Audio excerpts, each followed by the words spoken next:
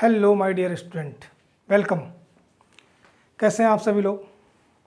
आज एक big topic आप लोगों को लेकर के आया हूँ, बहुत ही बेहतरीन टॉपिक। उसका नाम है दिशा परीक्षण या डायरेक्शन टेस्ट।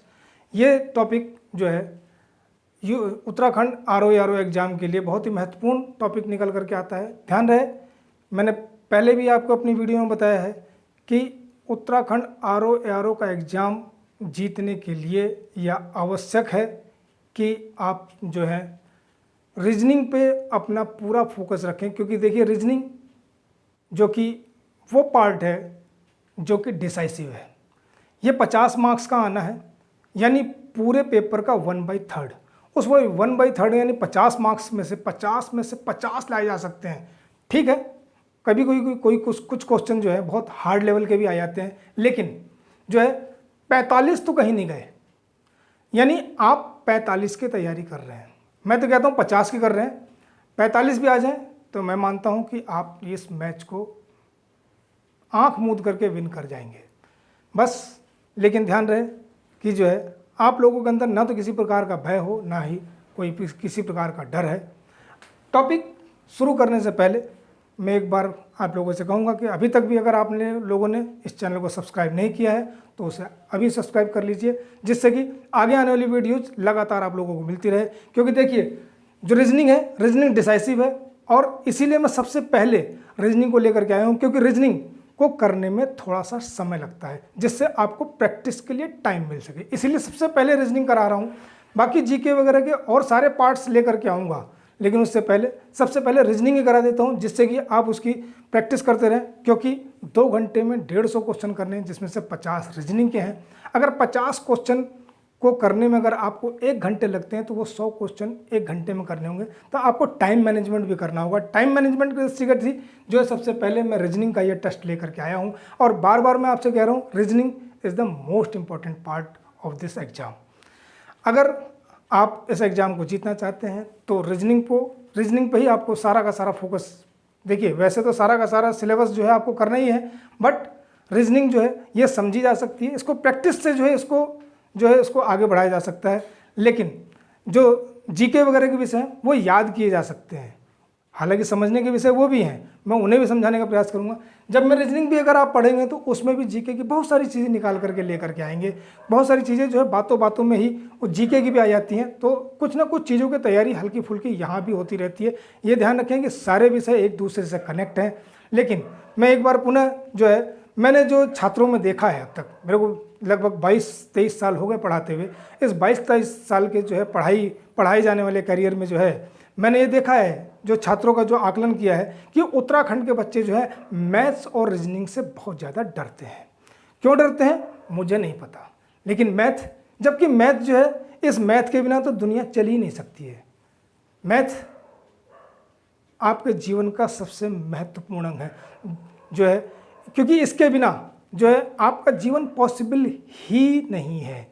मैथ से क्यों डर लगता है? बिना मैथ के रीजनिंग नहीं आएगी, क्योंकि मैथ कैलकुलेशन हर जगह मस्ट है। अभी आप इससे पिछले जो वीडियो में हम लोगों ने डाइस प्रॉब्लम सॉल्व करी थी, वहाँ भी मैथ थी। 1 2 3 4 5 6 6 सतहें थी, 6 सतहों पे आप लोगों ने काम किया। मैथ के बिना आपका जीवन पॉसिबल है ही नहीं।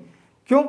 देखिए मैं आपको बताता हूँ कि मैथ के बिना जीवन पॉसिबल क्यों नहीं है। आप बाजार जाते हैं, आपके जेब में कुछ पैसे पड़े हुए हैं, कुछ सामान खरीद के लेकर के आ रहे हैं, आपके जेब में उतने पैसे हैं या नहीं है, वो गिनती कौन करेगा? वो मैथ करेगा। हिंदी, इंग्लिश या कोई अन्य विषय उसकी गिनती नहीं कर सकता।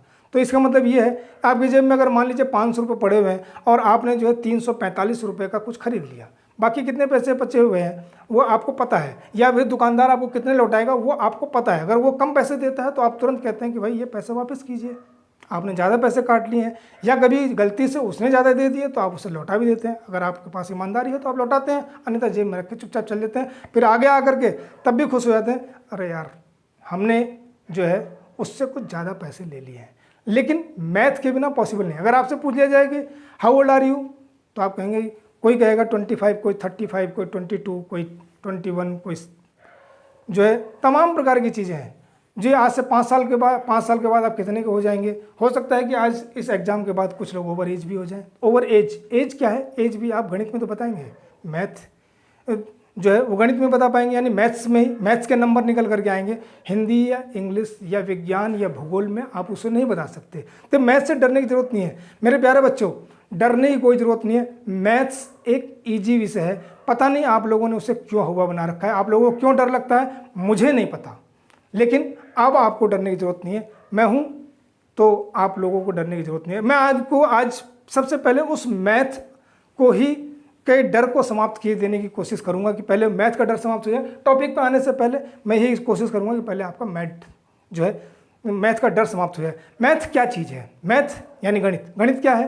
तो कुछ लोग कहेंगे मैथ्स को जो है गणित कहते हैं, गणित को मैथ कहते हैं। ठीक है, ये तो ट्रांसलेशन है, बट गणित है क्या? गणित का मतलब है कि गणना करना, यानी कैलकुलेशन। कैलकुलेशन क्या चीज़ है? कैलकुलेशन सिर्फ 4 प्रकार की होती है। कौन कौन सी? तो वो 4 प्रकार हैं, वो जोड़, घटाओ, गुणा और भाग, यानी प्लस, माइनस, मल्टीप्लाई और डिवाइड। इसके अलावा 5वें प्रकार की कोई कैलकुलेशन होती ही नहीं है। और ये आप लोगों ने अपने पढ़ाई के दौर में पहली से लेकर 8वीं तक तो पढ़े होंगे। बहुत से लोग जो है 10th में, हालांकि अब तो CBSE बोर्ड का पैटर्न लागू हो गया, तो 10th तक तो हर किसी को मैथ पढ़नी होती है। पहले ये सब चीज़ें होती थी कि जो है मैथ नहीं पढ़ते थे, 8th के बाद ही मैथ गायब हो जाती थी। लेकिन अब तो 10th तक, यानी 10th तक आप लोग तो इससे तो परिचित ही हैं। इसके अलावा 5वें प्रकार की कोई गणना होती ही नहीं, कोई कैलकुलेशन नहीं है, तो फिर क्यों डर लगता है? और ये सब आप लोगों को आता है। जब आपको आता है तो डर क्यों लगता है? बिल्कुल डरने की जरूरत नहीं है। अब देखिए मैथ है क्या? मैथ एक खेल है। क्या? तो वो 10 अंकों का खेल है। 0, 1, 2, 3, 4, 5, 6, 7, 8 एंड 9, ये 10 डिजिट है। इन 10 डिजिट्स का खेल है मैथ्स। खेलना कैसे है? तो खेलने के केवल 4 तरीके हैं। कौन से? जोड़, घटाओ, गुणा और भाग, यानी प्लस, माइनस, मल्टीप्लाई और डिवाइड। इसके अलावा तो मैथ्स में कुछ भी नहीं है। बस क्या होता है फिर इसको हल करने के लिए क्या होता है, हमें रीजनिंग लगानी पड़ती है। तो वो रीजनिंग कैसे आएगी?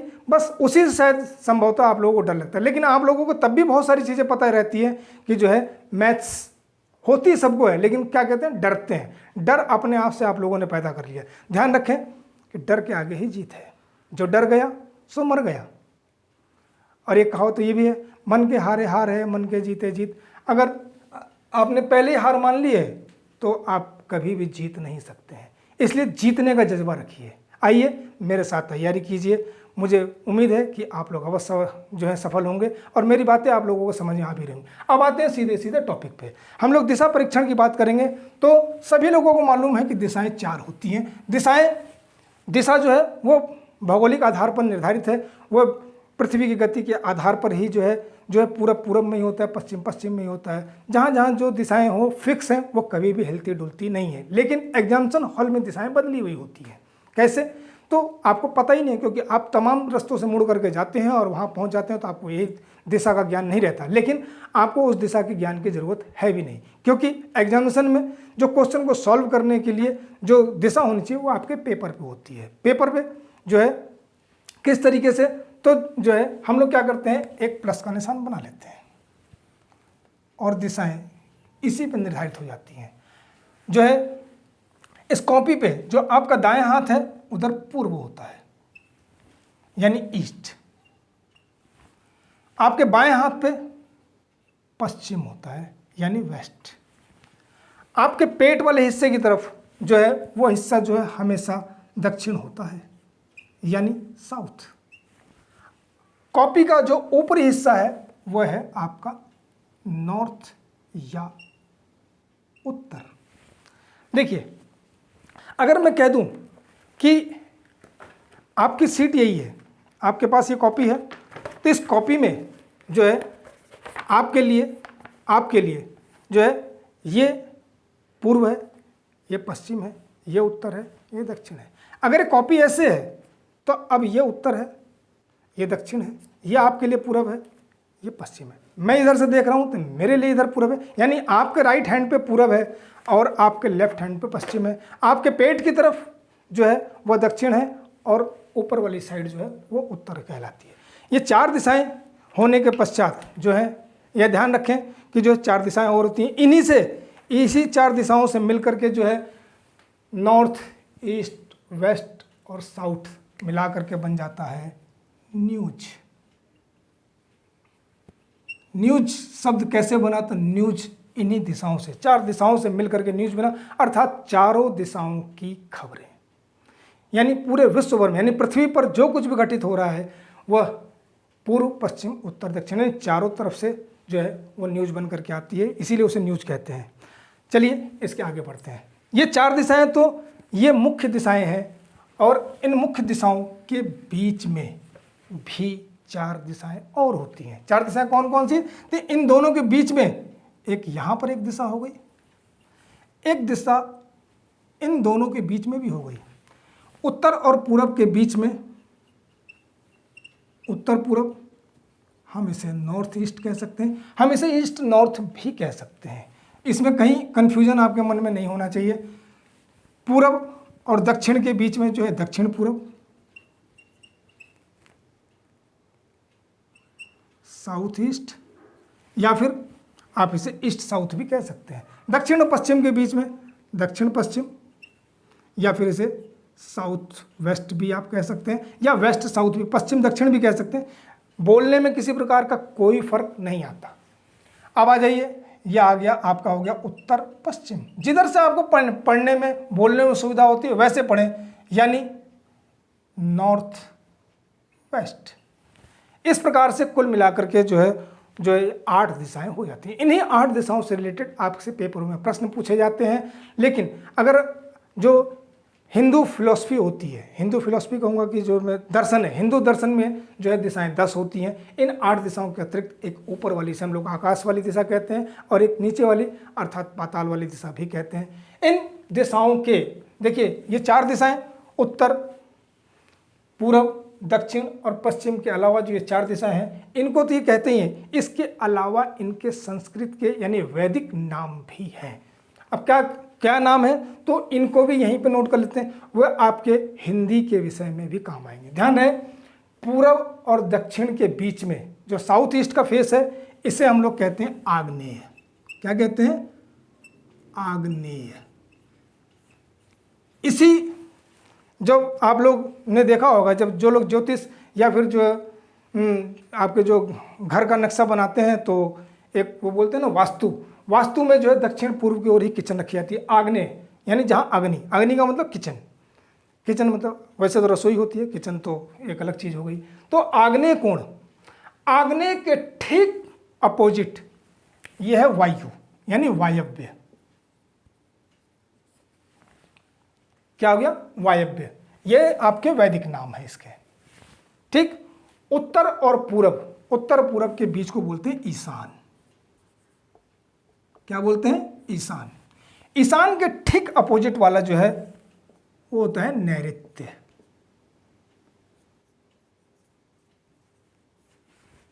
यानी ये आपकी 4, ये भी आप लोगों के लिए जो है ये आपके हिंदी में काम आएगा। समूह वगैरह के जो पेपर आते हैं, जब अभी आगे और पर्यायवाची वगैरह शब्द आते हैं तो वहाँ पर भी इनका प्रयोग होता है, तो ये भी जान लीजिए।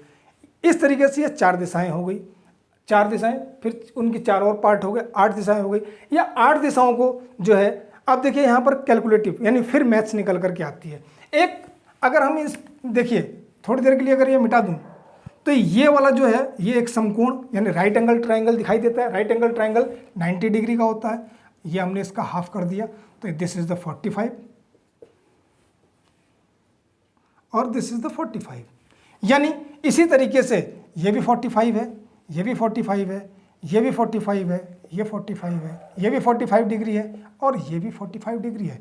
कुल मिलाकर के यानी अभी 8 खंडों में ये पूरा का पूरा 45 यानी 90 सारी जोड़ देंगे तो ये टोटल हो गया 360 डिग्री। यानी कोई भी एक पॉइंट यानी बिंदु होता है तो वो 360 के अकॉर्डिंग होता है, यानी एक वृत्त भी 360 डिग्री होता है। तो कुल मिलाकर के इसी 360 के अगेंस्ट घूमना है। कहते हैं ना वो कैमरा जो है 360 डिग्री झूम जाता है, तो ये वही है 360। अब दिशाओं की बात करते हैं। इन 4 दिशाओं से संबंधित जो प्रश्न पूछे जाते हैं या 8 दिशाओं से संबंधित प्रश्न पूछे जाते हैं, किस प्रकार से प्रश्न पूछे जाते हैं मैं इसे वाश आउट कर देता हूँ। अगर हो सकता है आप लोगों ने नोट ना किया हो तो नोट कर लीजिए, और आप लोगों को वीडियो है आपके पास तो आप लोग देख ही लेंगे, पुनः बैक करके भी आप इनको नोट डाउन कर सकते हैं। अब चलते हैं, आगे बढ़ते हैं। आगे बढ़ते समय अब क्या करेंगे, प्रश्न कैसे पूछे जाते हैं। तो ध्यान रहे इन्हीं 8 दिशाओं से संबंधित जो प्रश्न पूछे जाते हैं वो किस तरीके से प्रश्न कहते हैं। पहले टाइप का प्रश्न जो होता है, पहले टाइप का प्रश्न, अब वह किस दिशा में जा रहा है। फर्स्ट टाइप का प्रश्न, मैं प्रश्न नहीं लिख रहा हूं, सिर्फ आपको बताया कि किस टाइप का, अब वह किस दिशा में जा रहा है या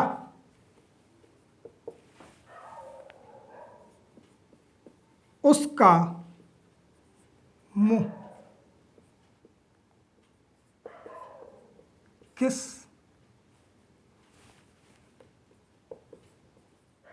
दिशा में है। यह फर्स्ट टाइप का प्रश्न है। फर्स्ट टाइप का प्रश्न, अब देखिए ध्यान रखें कि यहां पर जो है ये पहले टाइप का प्रश्न है। अब उसी दिशाओं में कुछ चीजें और भी अभी बाकी रह गई हैं। पूरे कॉन्सेप्ट को अगर समझ जाएंगे तो प्रश्न हल करना बहुत टफ नहीं रहेगा। होता क्या है कि हम लोग आधी अधूरी पढ़ाई पढ़ लेते हैं और लगता है हम तो कर ही लेंगे, लेकिन बहुत सारी चीज़ें रहती हैं बताने के लिए, तो मैं वो सारी चीज़ें बता देता हूँ। देखिए यहाँ पर अब आप लोगों के जो ये प्रश्न पूछे जाते हैं वो दाएं बाएं बाएं दाएं बाएं बाएं बाएं, वह बाएं मुड़ा, पहले वो चला फिर वो दाएं मुड़ा, फिर वो अपने दाएं मुड़ा, फिर दाएं मुड़ करके बाएं मुड़ गया, फिर अपने बाएं मुड़ा, फिर अपने दाएं मुड़ गया। इस तरह के प्रश्न होते हैं। तो होता क्या है कि वो दाएं बाएं में ही गड़बड़ी होने लगती है कभी, यानी left right left right left right left left right right right फिर लेफ्ट। इस तरीके से क्या होता है, आदमी कंफ्यूज हो जाता है। खास तौर से दक्षिण दिशा की ओर चलते समय तो बिल्कुल ही कंफ्यूज हो जाता है कि उसका लेफ्ट और राइट कहाँ पे है। बट अब आपको करना क्या है, आपको कहीं नहीं जाना। मैंने इस तरह के प्रश्नों को हल करते हुए जो है अपने जितने भी विद्यार्थी मेरे सामने आते रहे हैं उनमें से बहुत सारे लोगों को देखा है, कुर्सी में बैठ करके जो है जब क्वेश्चन को हल करते हैं तो बैठे बैठे ही कभी ऐसे करते हैं, कभी ऐसे करते हैं, कभी ऐसे करते हैं, हिलने डुलने लगते हैं, यानी कोई डांसिंग पोजीशंस में आए थे। आपको डांस नहीं करना, बिल्कुल दिशाएं अपनी जगह पे। आप लोगों को पता है कि आपकी बॉडी में वो जो है आपके राइट साइड में पूरब है, आपके लेफ्ट साइड में पश्चिम है, आपके निचले वाले हिस्से में जो है दक्षिण है और ऊपरी वाले हिस्से में जो है आपके कॉपी में वो उत्तर की दिशा होती है। अब लेफ्ट राइट तो करना क्या है, सबसे पहले तो आप ध्यान रखिए कि जब क्वेश्चन पे आप फोकस करते हैं तो आप इमेजिनरी पे रहिए, यानी वो राम हो, श्याम हो, सीता हो, गीता हो, बबीता हो, उससे कोई फर्क नहीं पड़ता, आप वही बन जाइए। क्या कहते हैं कि एक व्यक्ति कोई भी हो सकता है, वो XYZ ABCD, वो कहते हैं अमित है। अमित जो है फला दिशा की ओर चला।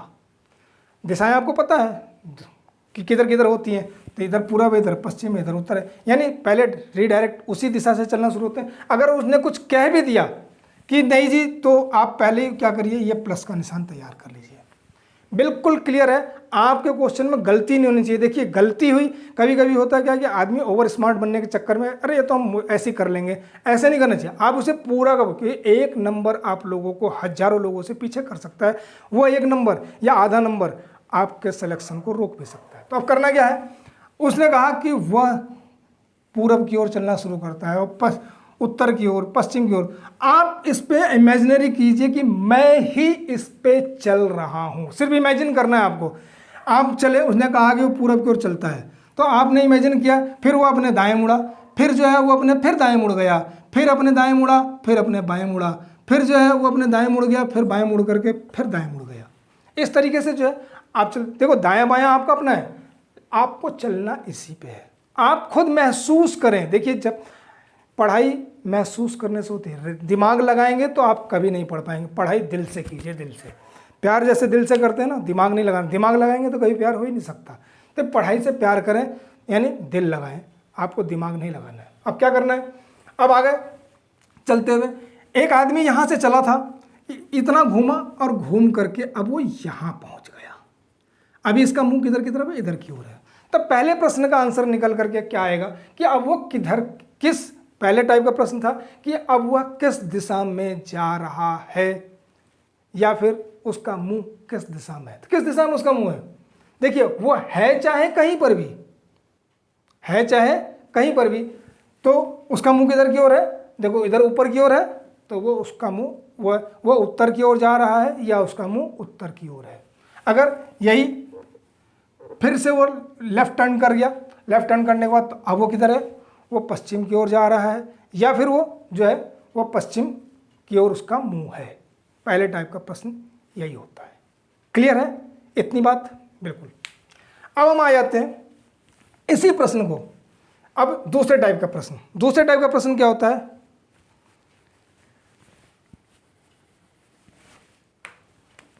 Second type. अब वह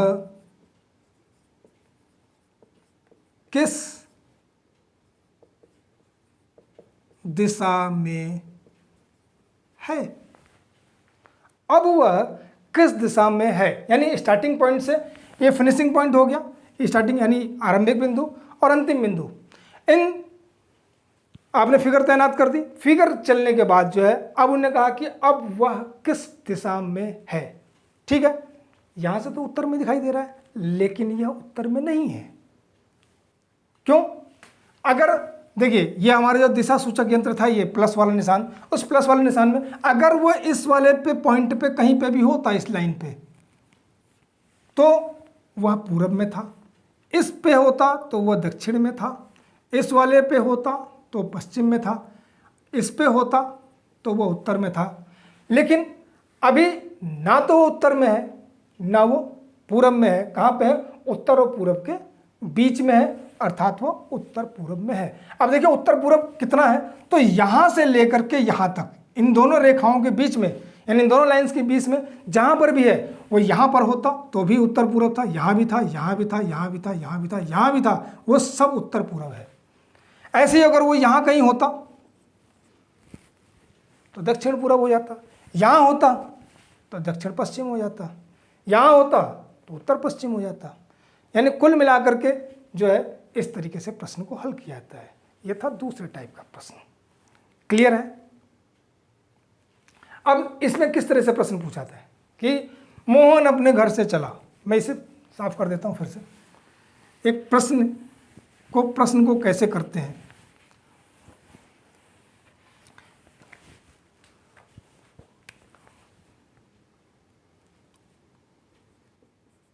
मोहन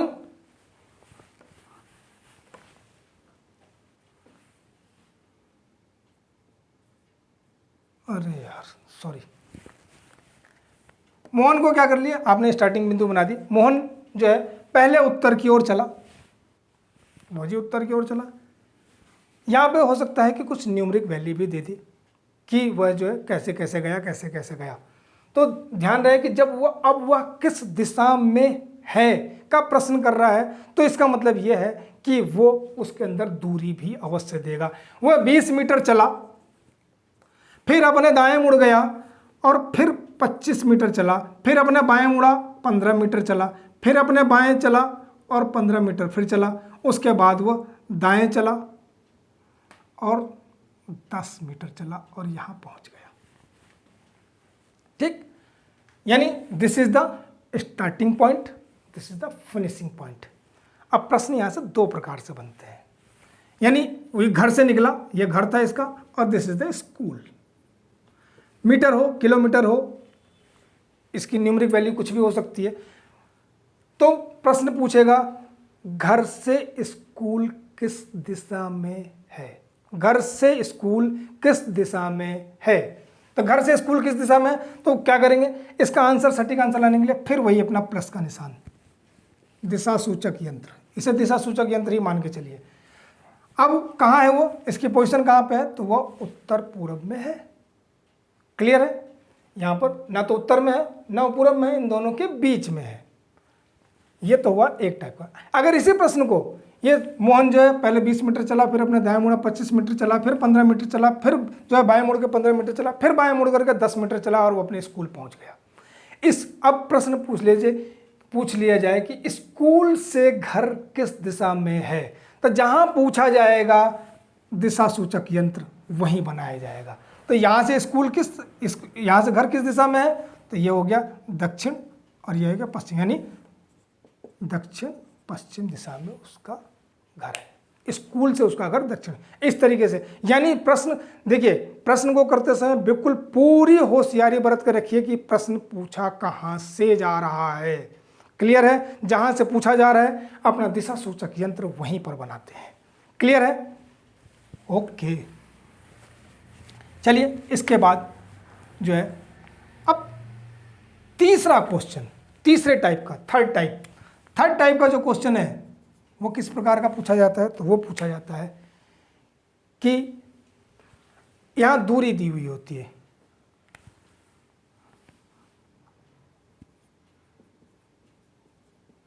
आरंभिक स्थान से अंतिम स्थान, ये मैं आप लोगों को वो बता रहा हूं, अंतिम स्थान किस दिशा में है? नहीं, अंतिम स्थान, आरंभिक स्थान से अंतिम स्थान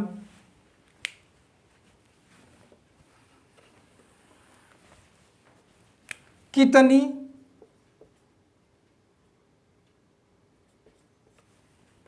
दूर है?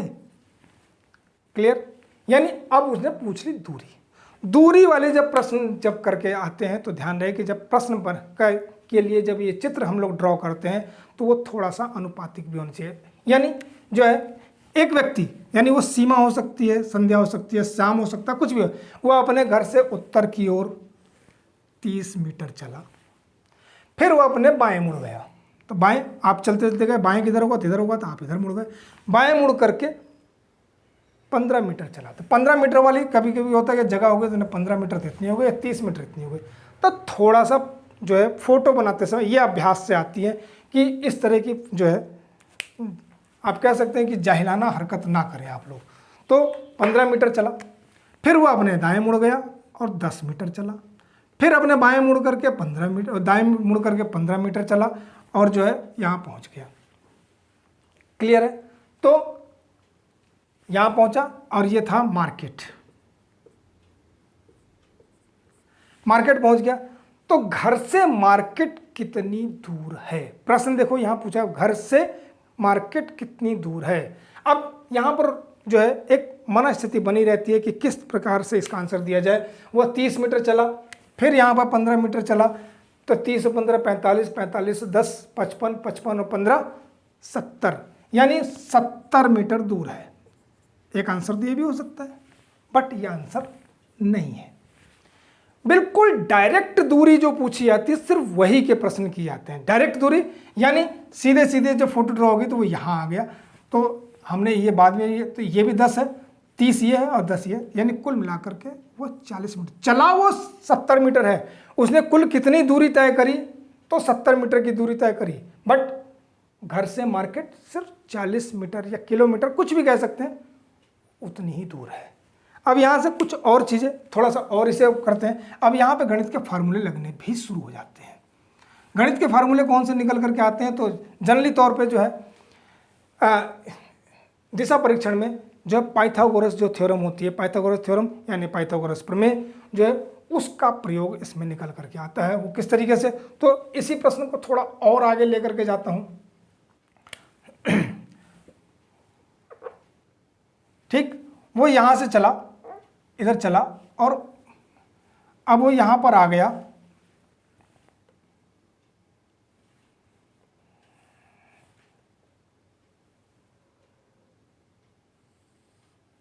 और ये 45 चला, अब यहाँ आ गया। मार्केट अब यहाँ पे है,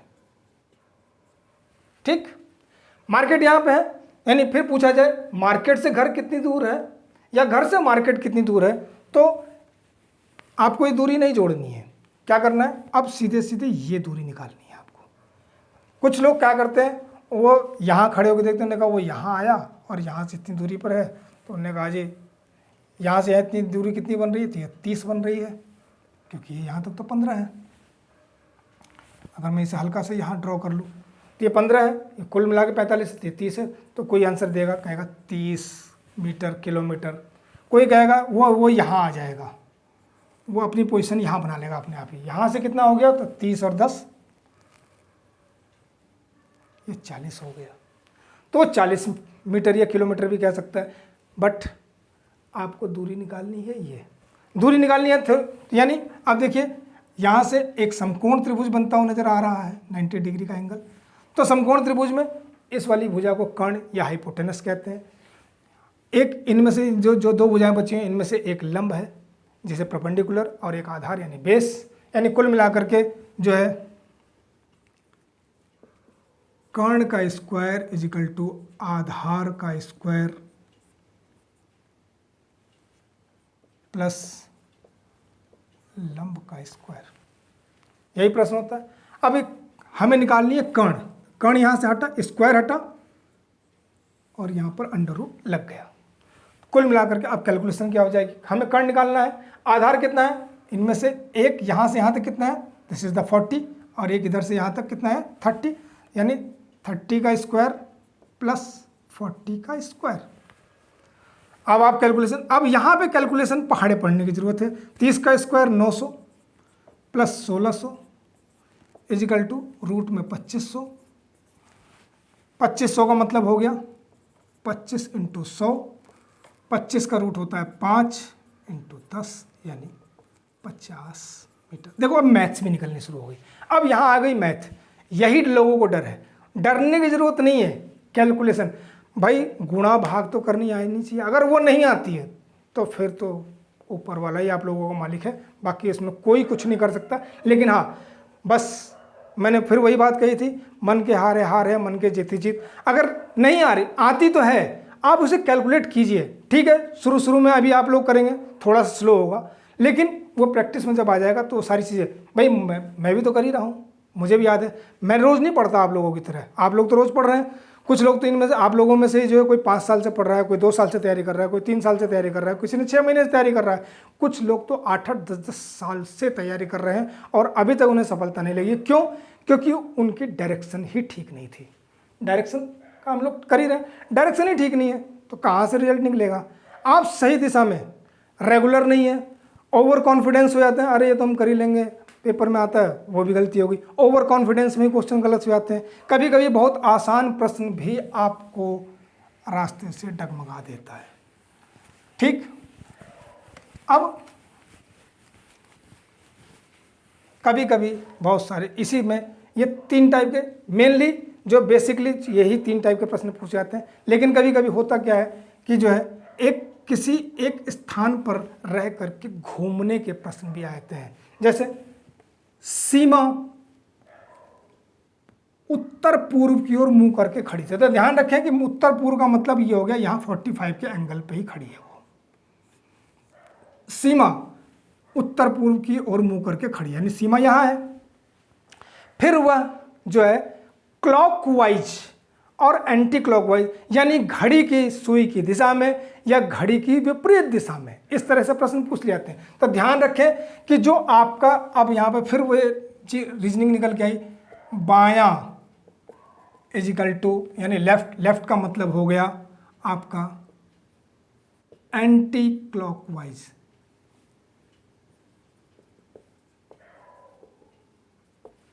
ठीक, और दायां का मतलब होता है क्लॉकवाइज। क्लॉकवाइज का मतलब दाएं, यानी वो अपने दाएं मुड़ा। कितने?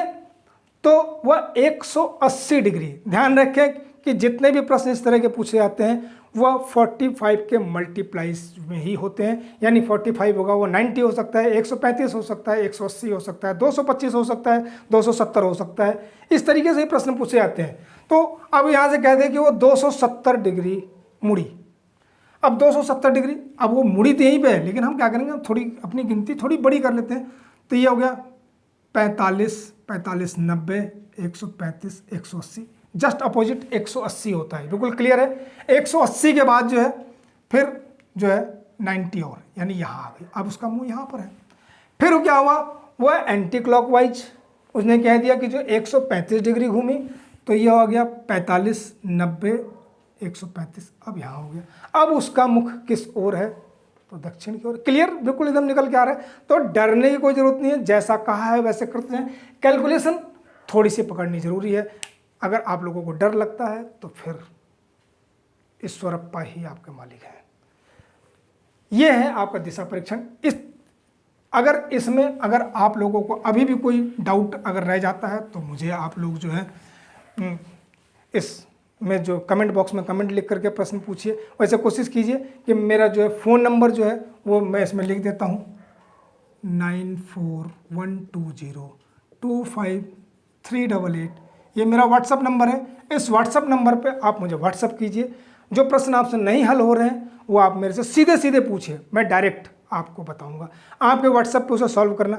अगर मुझे मौका लगा, समय लगा, देखिए समय की थोड़ी पाबंदी रहती है, लेकिन मैं आपके प्रश्नों का जवाब देने की पूरी कोशिश करूंगा। इसके लिए कोई चार्जेस नहीं है। हाँ, अगर कुछ लोग जैसे कि जहाँ मेरी कोचिंग है यानी हरिद्वार में कौटिल्य एकेडमी के नाम से मेरी कोचिंग है, अगर वहाँ पर कोई आकर के जो है लाइव क्लासेस लेना चाहता है यानी फिजिकल क्लासेस लेना चाहता है तो आकर के वो उसे भी ज्वाइन कर सकता है। लेकिन मैं कभी नहीं कहता कि आप आएँ मेरे पास, कोई ज़रूरत नहीं आने की, आप यहीं से पढ़ सकते हैं। बट आपका प्यार तो मुझे मिले, बस आप कमेंट कीजिए और मेरे से प्रश्न पूछिए। ये तो हुआ डायरेक्शन टेस्ट। अभी रीजनिंग का जो लास्ट वीडियो में जो है हम लोगों ने डाइस का टॉपिक किया था, उस डाइस के टॉपिक में मैंने कहा था कि उसका जो सेकंड जो पार्ट है वो अभी अब थोड़ा सा छूट गया था, जिसे हम लोग कहते हैं खुली डाइस। खुली डाइस के जो प्रश्न करने थे वो मैंने कहा था कि वो मैं अब मुझे उम्मीद है कि आप लोगों ने जो है फर्स्ट टाइप वाले जो क्वेश्चन अब तक हल कर लिए होंगे।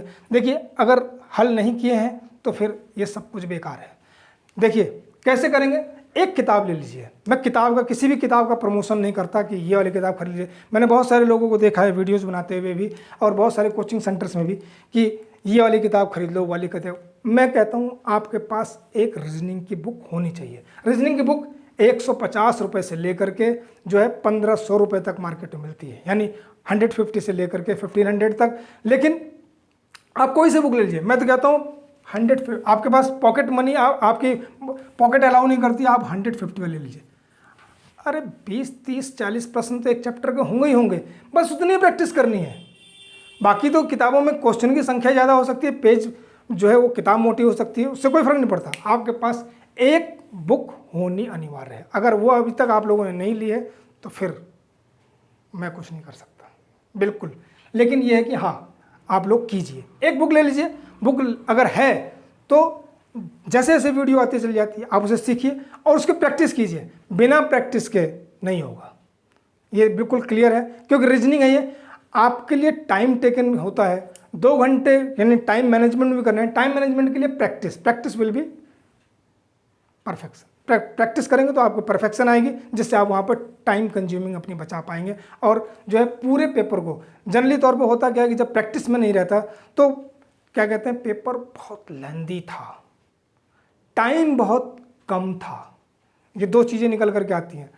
टाइम भी बिल्कुल पूरा है। जो करने वाले लड़के हैं, जो अच्छे लड़के हैं, जो कि बैंक और एसएससी वगैरह का एग्ज़ाम देते हैं, वह 30 मिनट में 50 क्वेश्चन रीजनिंग के हल कर लेते हैं और 50 में से 50 लगभग सही भी होते हैं। आपको भी वही करना है। बस क्या करना है, थोड़ा समय तो दीजिए। अगर समय नहीं दे पा रहे हैं तो फिर बेकार है। थ्योरी आप लगातार पढ़ें। मैं आपको बार बार वही कहता रहता हूँ। मैं आज फिर कहूँगा कि जो करिकुलम आप लोगों को बताया गया था वो करिकुलम आप लोगों ने तैयार करना शुरू कर दिया होगा, और जो है उसमें से जो है आप लोगों ने काफ़ी चीज़ें तैयार भी कर ली। पिछले 3 दिनों में आप लोगों ने ठीक ठाक जो है पढ़ाई करनी शुरू कर दी होगी। आपके 3 टॉपिक हर चीज़ के क्लियर हो गए होंगे। तो क्या क्या करना था आप लोगों को, एक रीजनिंग का एक टॉपिक जो कि यहाँ पे चली रहा है, एक मिरर इमेज का, वाटर इमेज का आप लोगों को टॉपिक मैं बता चुका हूँ। इसके अलावा जो है डाइस आप लोग करा दिया। आज जो है ये डायरेक्शन टेस्ट भी हो गया। अगली वीडियो जो है फिर किसी चीज़ के लेकर के आऊँगा, रहेगी ये भी मेरी सबसे पहले मैं कोशिश में मेरी यही रहेगी। हाँ, लेकिन आप लोग बोर ना हो जाएं, उन्होंने कहा ये तो खाली रीजनिंग पढ़ाते हैं। मैं केवल रीजनिंग नहीं पढ़ाता, नहीं मैं टीचर हूँ। मैं आपको बार बार कह रहा हूँ मैं टीचर नहीं हूँ। मैं पहले भी कह चुका हूँ, मैं आज भी कह रहा हूँ, आई एम नॉट टीचर। मैं आप लोगों का मेंटर हूँ, आप कह सकते हो मैं आपका प्रशिक्षक हूँ, यानी कोच हूँ। कोच, हाँ, थोड़ा सा दिशा देनी पड़ती है, बट मेरी नज़र आप लोगों के ऊपर है। आप लोग मुझे भरपूर प्यार दें, आप लोग मेरे से कनेक्ट हों। आप कनेक्ट होंगे, आपको खूब मज़ा आएगा।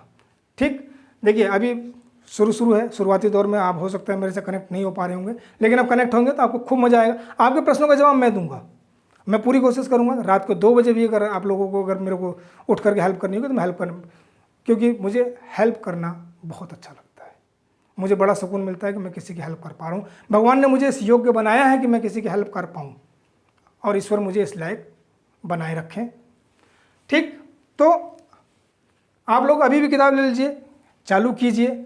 अगर चालू नहीं कर रहे हैं तो ध्यान रखें, एक तुलसीदास जी की एक लाइन मुझे याद आती है, सकल पदार्थ ए ही जग माही, कर्महीन नर पावत नाही। अर्थात आप कर्म नहीं करेंगे तो आपको प्राप्त नहीं होना, यानी एग्जाम आपके हाथ से गया। लेकिन कुछ लोगों का मानना करे बहुत थोड़े से दिन है, कुछ नहीं, अभी बहुत दिन है। मैंने तो 20-20 दिन में एग्जाम निकालते हुए लोगों को देखा है, केवल 20 डेज। अभी तो आप लोगों के पास 50 दिन है, और 50 दिन में तो सिलेबस 2 बार रिवाइज हो सकता है। बस एक ज़रूरत है आप लोगों को, एक करिकुलम बना लीजिए और सारी चीज़ों से दूर हट करके, हाँ, ये टेस्ट लेने का प्रयास जब आप लोग करते रहते हैं, हाँ, आप लोग जैसे मेरी बात को सुन रहे हैं तो आप मेरे से जुड़े रहिए, कनेक्ट रहिए। मैं आप लोगों को ध्यान रखिए कि अगर आप लोगों ने मेरा हाथ पकड़ रखा है तो मैं आपको डूबने नहीं दूंगा। मैं आपकी वीडियो नहीं बनाऊंगा, मैं आपको खींच करके लाने की कोशिश करूंगा। जनरली तौर पे आजकल देखा गया, अगर डूब रहे हैं तो आपको कैसा लग रहा है, वो नहीं करना मेरे को। अगर आप लोगों ने मेरा हाथ पकड़ रखा है तो मैं भी अपने हाथ को छूटने नहीं दूंगा। क्लियर है? आते हैं, मैं जो टॉपिक छूट गया था डाइस का, मैं उसे भी क्लियर कर देता हूं। डाइस का वो पार्ट जिसे खुला पासा कहते हैं, खुले पासे मैंने आपको उस दिन 1-2 फोटो बना करके दिखाई थी, कैसी,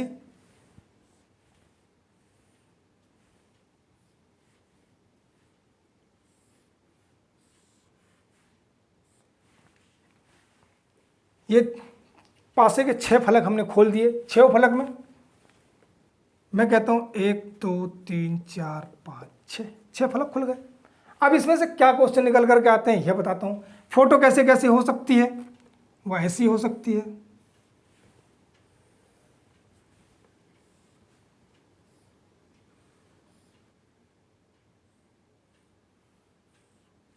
वह कुछ ऐसी भी हो सकती है।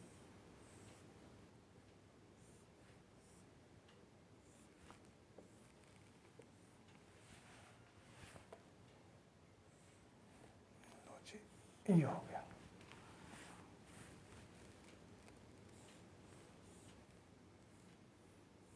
ऐसी भी हो सकती है किसी भी तरीके से। अब देखिए, ये विंग्स जो है, ये 5 यहाँ पर भी है, ये 5 यहाँ पर भी है, ये 5 यहाँ पर भी है, ये 6 यहाँ पर है, यहाँ पर है, यहाँ पर है, ये 3 यहाँ पर भी है, ये 3 यहाँ पर भी है, ऐसे ये 1 यहाँ पर भी है, यहाँ पर भी है। ये मूवेबल है। ठीक, तो अब इससे क्या होगा, बिल्कुल क्लियर कट आंसर निकल के आते हैं। ये एक दूसरे के विपरीत है, यानी 6 के पीछे 5 है, 1 के पीछे 3 है, और 2 के पीछे 4 है। यानी ये कह सकते हैं 6 और 5 एक दूसरे के विपरीत है, 1 और 3 एक दूसरे के अपोजिट है, और 2 और 4 भी एक दूसरे के अपोजिट है, यानी 4 और 2 एक दूसरे के अपोजिट। कुल मिलाकर के इससे ये निकल करके आता है। अब यहाँ पर हम कहते हैं 1 2 3 4 6 5 भर दिया हमने। अब क्या निकल करके आया, ये मूवेबल है, यहाँ पे भी है, यहाँ पे भी है। देखिए 3-3 के सेट बनते हैं। ये इसे फोल्ड करके देखेंगे तो फोल्ड की कागज़ फोल्डिंग है, आप लोग पेपर फोल्डिंग के भी क्वेश्चन पेपरों में पूछे जाते हैं, तो फोल्डिंग करके देख लीजिए, फोल्ड कर लिया, यानी यहाँ से क्या निकल के आया, 3 के अपोजिट में 6 है, 1 के अपोजिट में 4 है, और 2 के अपोजिट में 5 है। अब यहाँ पे बिल्कुल ठीक वैसे ही करके लाना है। इसी तरीके से जो है एक फिगर और भी निकल करके आती है, किस तरीके से, आपको कंफ्यूज कहीं से भी होने की जरूरत नहीं है।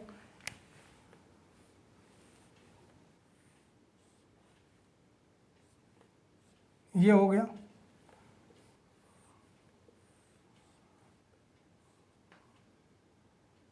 सिर्फ इतना ही फोटो दी हुई है।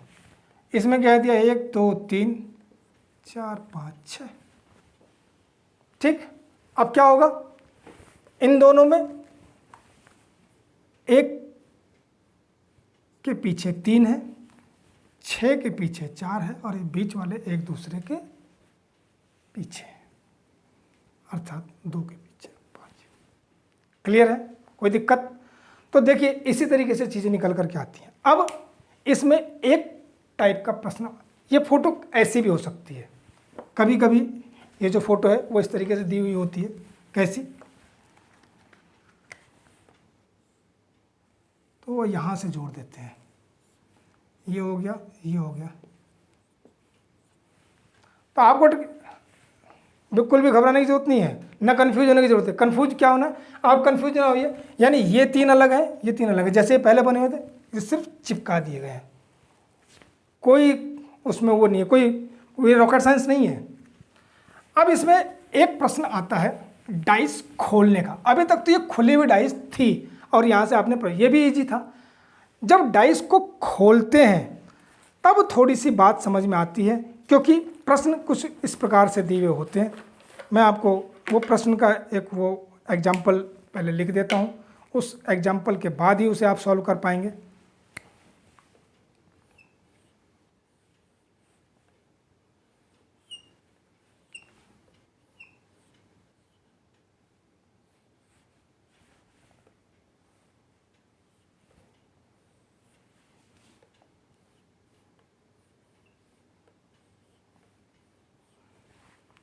ठीक, 1 6 4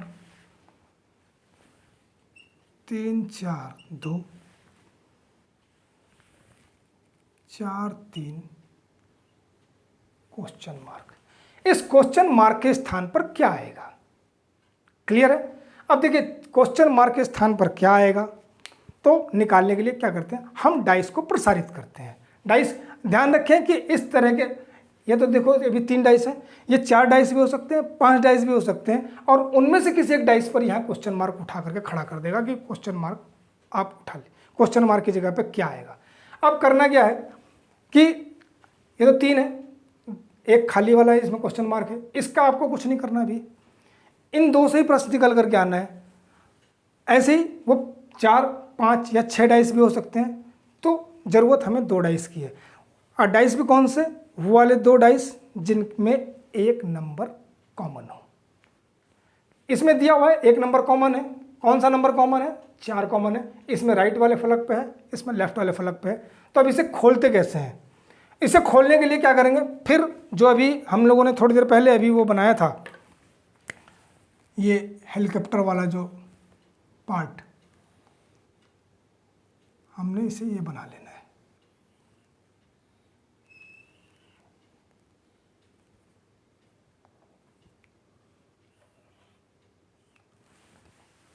ठीक, क्या करना है, कॉमन नंबर कौन सा है, 4 को आप लोगों के लिए जब 2 डाइस का फार्मूला जो पिछली वीडियो में बताया था कि वो क्या है, क्लॉक वाइज वाला फार्मूला सबसे मास्टर की वाला फार्मूला है, उसी फार्मूले को अपने ध्यान में रखे रहना है। वो ये मान के लीजिए ब्रह्मास्त्र है।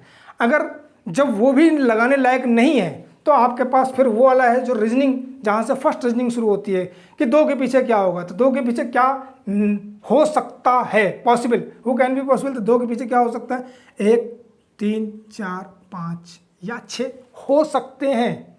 तो ठीक, अगर वो नहीं लगा तो फिर आपको यही लगाना है। ठीक, अब यहाँ पर आपको कोई डाइस को चेक नहीं करना ये स्टैंडर्ड है या नहीं है, आपको डाइस को सिर्फ खोलना मात्र है। हमने पहले डाइस को खोला, क्लॉकवाइज फार्मूला ये है। अब आप इसमें कहीं से भी शुरू कर सकते हैं, आप यहाँ से शुरू कर लीजिए, यहाँ से शुरू कर लीजिए, कोई फर्क नहीं पड़ता, आप यहाँ से भी शुरू कर सकते हैं, कोई दिक्कत नहीं, क्लॉकवाइज होना चाहिए। हमने 4 से शुरू किया, 4 6 1 4 6 1, ये क्लॉकवाइज हो गया आपका। ठीक, अब दूसरे डाइस के नंबर 4 के बाद 3 2, यानी 3 और 2, ये भी क्लॉकवाइज हो गया। अब नंबर सेट हो गए। अब वो क्या कहता है, अब देखो ये खाली बॉक्स यहाँ पर भी है, ये खाली बॉक्स यहाँ पर भी है, ये खाली बॉक्स यहाँ पर भी है, और ये खाली बॉक्स यहाँ पर भी। किधर से डब्बे को फोल्ड कर सकते हैं, तो डब्बे को फोल्ड करने, अब क्या करना है, देखिए कंडीशन क्या है, 4 के नीचे 3 और उसके राइट में, हमारा आंसर है ये 4 के नीचे 3। अभी जो बच गया बचा हुआ क्या है, 5 यहाँ पर भी हो सकता है, 5 यहाँ भी हो सकता है, 5 यहाँ भी हो सकता है, 5 यहाँ भी हो सकता है, बिल्कुल क्लियर। तो 4 के नीचे 3 और उसके राइट में, 4 के नीचे 3 और इसके राइट में, यही तो है एंगल, बस यही एंगल पकड़ना है। तो 4 के नीचे 3 और इसके राइट में क्या है, ये 1 है, 1 यहाँ पे भी है, 1 यहाँ पे भी है, 1 यहाँ पे भी है, क्लियर है। यानी इस 1 की पोजीशन यहाँ तो ही है, वो यहाँ पे भी है, यहाँ पे भी है, यहाँ पे भी है और यहाँ पे भी है। आंसर हो गया एक। ऑप्शन में भी ऐसे दिया हुआ है, 2 होगा या 6 होगा, या फिर 1 होगा या 5 होगा? इसका आंसर 1 है। एक क्वेश्चन मैं और लिखे देता हूँ, मुझे लगता है कि वो आप लोग कर लेंगे, और वो क्वेश्चन मैं आप लोगों के लिए छोड़ देता हूँ और उसका जवाब आप लोग कमेंट बॉक्स में जरूर लिखिएगा, ठीक है?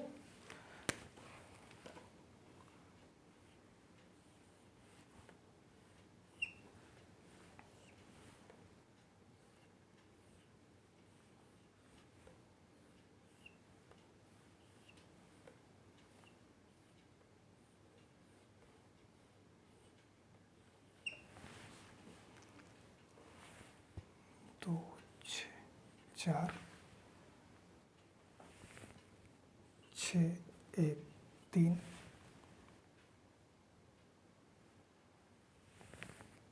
3, 5 क्वेश्चन मार्क। ठीक है, मैं इसका ऑप्शन भी दे देता हूं। A 6, B 4, C 2 और D 1। कमेंट बॉक्स में आप ABCD लिख सकते हैं आप, या इसका आंसर भी लिख सकते हैं। 6 होगा, 4 होगा, 2 होगा या 1 होगा, आप लोग कुछ भी करके लिखें, लेकिन मैं चाहूँगा कि आप लोग इसके कमेंट बॉक्स में इसका आंसर भी अवश्य दें। बस आज की वीडियो इतनी ही। इसके बाद जो है अगला चैप्टर जो है, अगला टॉपिक जो होगा वो होगा ब्लड रिलेशन का। ब्लड रिलेशन वो भी एक मज़ेदार टॉपिक है, खूब मज़ा आएगा। आप लोग बस कनेक्ट होइए और एंटरटेन कीजिए। देखिए, इसे बर्डन मत, मैथ्स रीजनिंग बर्डन नहीं है, इससे तो खूब मज़ा आता है। जब आपका कुछ पढ़ते पढ़ते मन थक जाए, याद करने वाले जो आइटम है लगाना शुरू करो दिमाग, आपका दिमाग ही रिफ्रेश हो जाएगा। ये तो रिफ्रेशर है, और वो फिर चीज़ें वो भी याद होने लगती हैं, क्योंकि जब आपका माइंड क्रिएटिव हो, अभी तो आपका माइंड सोया पड़ा है, खाली सिर्फ रट रहा है। रट्टाफिकेशन आप लोगों को नहीं करना, क्योंकि रटने वाले लोग तो हमेशा बस वही रट्टू तोता नहीं बनना। आप लोगों को बनना स्मार्ट। स्मार्ट किस लिए होता है? स्मार्ट लोगों को चीज़ें अपने आप ही याद रहती हैं, बस प्रैक्टिस, बस बार बार। जैसे आप लोग सुनते होंगे, गाना सुनते हैं, गाना खूब सुनते हैं 2-4 बार 5 बार गाना सुनने के बाद जो है, जब कभी वो कहीं से बजता हुआ सुनाई देता है, तो उसकी अगली जो कड़ियाँ आने वाली होती है वो आप पहले ही गुनगुनाने लगते हैं। बस वही चीज़ करनी है आप लोगों को, आप एंटरटेन कीजिए और कुछ नहीं करना। Okay, thank you. जो है आशा करता हूँ कि ये वीडियो आप लोगों को बहुत अच्छी लगी होगी। अगर अच्छी लगी तो आप लोग जो है इसे शेयर भी करें, कमेंट करें, और जो है और लोग भी लाभान्वित हों और लोग कनेक्ट हों। आप लोग कनेक्ट हुई, आप लोगों को खूब मज़ा आएगा और मुझे भी खूब मज़ा आएगा, क्योंकि मुझे भी एनर्जी मिलेगी। आप लोगों का कमेंट जो है मेरे लिए जो है एक टॉनिक का काम करता है। Wish you all the best, meet again tomorrow एक next class. Okay, thank you.